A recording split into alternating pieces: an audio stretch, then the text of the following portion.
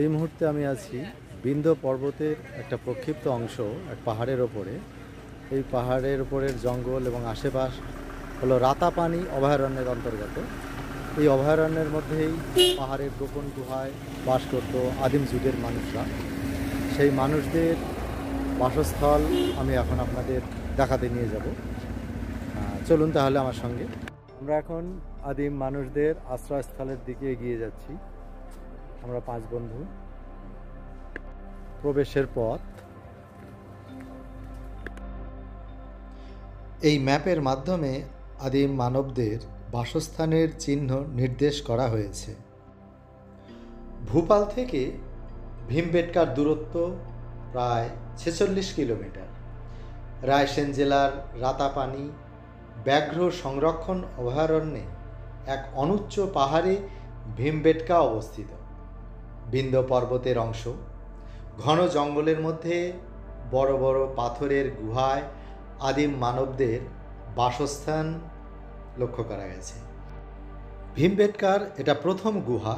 এই গুহায় আদিম মানবদের বসবাসের চিহ্ন লক্ষ্য করা গেছে। এই দেখুন, পাথরের গায়ে আদিম মানুষরা যেসব চিত্র অঙ্কন করেছিল সেগুলো এখনও প্রায় অবিকল রয়েছে। এই সমস্ত বন, পাহাড় আদিম মানবদের বিচরণ ক্ষেত্র ছিল। নির্জন রাতাপানি পাহাড়ের গোপন গুহায় আদিম মানুষরা বসবাস করত। প্রায় 1 লক্ষ বছর আগে এইসব পাহাড়ের গোপন গুহায় আমাদের পূর্বপুরুষ হোমো ইরেক্টাস অর্থাৎ দণ্ডায়মান মানুষ যারা এখানে বসবাস করত। আমরা হলাম হোমো স্যাপিয়েন্স অর্থাৎ বুদ্ধিমান মানুষ। আদিম মানুষরা খেয়াল বশত তাদের বাসগৃহের দেওয়ালে অর্থাৎ গুহার গায়ে বহু চিত্র অঙ্কন করেছে। আর তার মধ্যে রয়েছে শিকারের দৃশ্য, নৃত্যের দৃশ্য, গর্ভবতী নারী প্রভৃতি। ভীমবেটকা অঞ্চলে মোট 750টি গুহা আবিষ্কৃত হয়েছে। তার মধ্যে 243টি গুহা এখানেই এই পাহাড়েই আছে। গুহাগুলিতে পাওয়া গেছে বেশ কিছু প্রস্তর যুগের পাথরের তৈরি অস্ত্রশস্ত্র।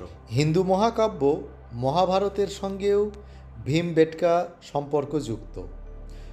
বনবাসকালে পঞ্চপাণ্ডব অর্থাৎ যুধিষ্ঠির, ভীম, অর্জুন, নকুল এবং সহদেব এই অঞ্চলে এসেছিলেন। ভীমবেটকা কথার অর্থ হল ভীমের আসন, অর্থাৎ পৌরাণিক নায়ক ভীম এই অঞ্চলে এসে একটি পাথরের ওপরে উপবেশন করেছিলেন, অর্থাৎ বসেছিলেন। সেই থেকেই এই অঞ্চলের নাম হয় ভীমবেটকা। কয়েকটি গুহাতে 30,000 বছর পূর্বের আদিম মানবদের আঁকা দেওয়াল চিত্র এবং কয়েকটি গুহাতে 10,000 বছর পূর্বের নিদর্শন পাওয়া গেছে। 2003 খ্রিস্টাব্দে ভীমবেটকা অঞ্চলটিকে ইউনেস্কো বিশ্ব ঐতিহ্যবাহী স্থান হিসেবে ঘোষণা করেছে। এই গুহাটায় লক্ষ্য করুন, বেশ কিছু আদিম পশুদের চিত্র আদিম মানবরা এঁকে রেখে গেছে। অদ্ভুতভাবে তারা এমন রং ব্যবহার করেছিলেন যা যুগ যুগ ধরে এখনও স্পষ্ট বোঝা যাচ্ছে। আদিম মানবরা দেখুন, এই পাহাড়ের গায়ে কতকগুলো নির্দিষ্ট দূরত্বে ছিদ্র রয়েছে। এই যে দেখুন, জানি না এই ছিদ্রগুলি দ্বারা তারা কি বোঝাতে চেয়েছেন। ভীমবেটকা অঞ্চলের সমস্ত এই নিদর্শনগুলো আর্কিওলজিক্যাল সার্ভে অফ ইন্ডিয়ার নিয়ন্ত্রণে রয়েছে। বনভূমি, পাহাড়, বন্য, হিংস্র জন্তু জানোয়ার পূর্ণ বড় বড় পাথরের গুহায় বসবাসকারী আদিম মানবদের জীবনযাত্রা কেমন ছিল ভীমবেটকা এসে তা অনেকটা উপলব্ধি করতে পারলাম। তাদের শীত, গ্রীষ্ম, বর্ষার মধ্যে কত কষ্টে পাথরের গুহাতে জীবনযাত্রা নির্বাহ করত, এখানে না এলে জানতাম না। ভীমবেটকা ভ্রমণ আমার জীবনের এক দিকচিহ্ন হিসেবে স্মরণীয় হয়ে থাকবে। আদিম মানবদের এই গুহায় কতকগুলো চিত্র একই সঙ্গে আবিষ্কৃত হয়েছে। চিত্রগুলির দ্বারা তারা মনের ভাব তুলে ধরেছে। ভীমবেটকা গুহা আবিষ্কারের কাহিনীটাও বেশ চমকপ্রদ। তখন 1957 খ্রিস্টাব্দ। পুরাতত্ত্ব বিভাগের অধিকর্তা ছিলেন V.S. বাঙ্কর। বাঙ্কর সাহেব ট্রেনে করে ভোপাল যাচ্ছিলেন। এই পাহাড়ের নিকটেই এসে ট্রেন বিগড়ে গেল। জানা গেল ইঞ্জিনে বেশ ত্রুটি, কখন ঠিক হবে জানা নেই। বাঙ্কার সাহেব ট্রেন থেকে নেমে পড়লেন এবং হাঁটতে শুরু করলেন পাহাড়ের দিকে। পাহাড়ের কাছাকাছি চলেও এলেন। লক্ষ্য করলেন পাহাড়ের এক বিশেষ বৈশিষ্ট্য।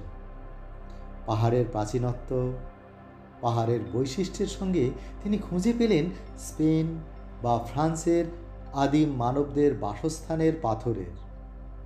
সেদিনের মতো তিনি ভোপাল চলে গেলেন। বেশ কিছুদিন পর পুরাতত্ত্ব বিভাগের দলবল নিয়ে ভীমবেটকা পাহাড়ে অভিযান চালিয়ে আবিষ্কার করে ফেললেন সমগ্র দক্ষিণ এশিয়ার এক প্রাচীনতম স্থান, যেখানে আদিম যুগের মানুষরা বিচরণ করত। সঙ্গে সঙ্গে উন্মোচিত হলো এক নতুন দিগন্ত।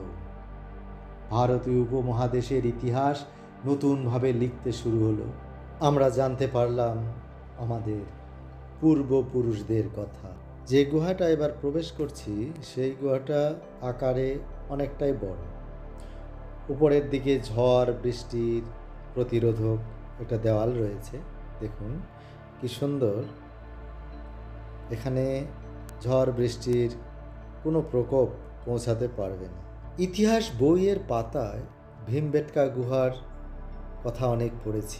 ছোটবেলা থেকেই শুনে আসছি আদিম মানুষরা পর্বতের গুহায় অথবা গাছের কোঠরে বসবাস করত। আজ চাক্ষুষ দেখে ধন্য হলাম। আদিম মানবদের বাসস্থানে কেমন একটা আলো আঁধারি পরিবেশের লুকোচুরির খেলা চলছে। প্রথম দিকের গুহাগুলির তুলনায় এই গুহাগুলি আকারে বেশ বড় এবং সুরক্ষিত। অনেকটা সময় নিয়ে আমরা ভীমবেটকা আদিম মানবদের গুহায় বিচরণ করলাম। হোমো ইরেক্টাস মানবরা এইসব গুহায় বসবাস করত আর নিজের মনের খেয়ালে তারা তাদের গুহার পাথুরে দেওয়ালে ফুটিয়ে তুলত তাদের জীবনযাত্রার বিভিন্ন চিত্র।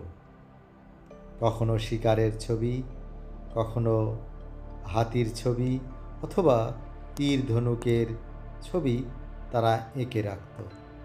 আদিম মানবরা নিশ্চয় কখনো ভাবেনি বা কল্পনাতেও আনেনি যে তাদের বাসস্থান, তাদের আঁকা চিত্র বা তাদের ব্যবহার্য দ্রব্য সামগ্রী নিয়ে সভ্য জগতের মানুষরা এমন কৌতূহল প্রকাশ করে। আদিম মানবদের বাসস্থান ভীমবেটকা দর্শনের জন্য আপনাকে হাওড়া থেকে ট্রেন ধরতে হবে। হাওড়া থেকে চলে আসুন বিদিশা, সেখান থেকে ভোপাল, কারণ হাওড়া থেকে ভোপালে সরাসরি কোনো ট্রেন যোগাযোগ নেই। ভোপাল থেকে ছোট গাড়িতে করে আপনি পৌঁছে যেতে পারেন রাতাপানি ব্যাঘ্র সংরক্ষণ অভয়ারণ্যের আদিম মানবদের গুহায়। আর এই গুহা দর্শন করে আপনি এক অপার আনন্দ লাভ করতে পারবেন।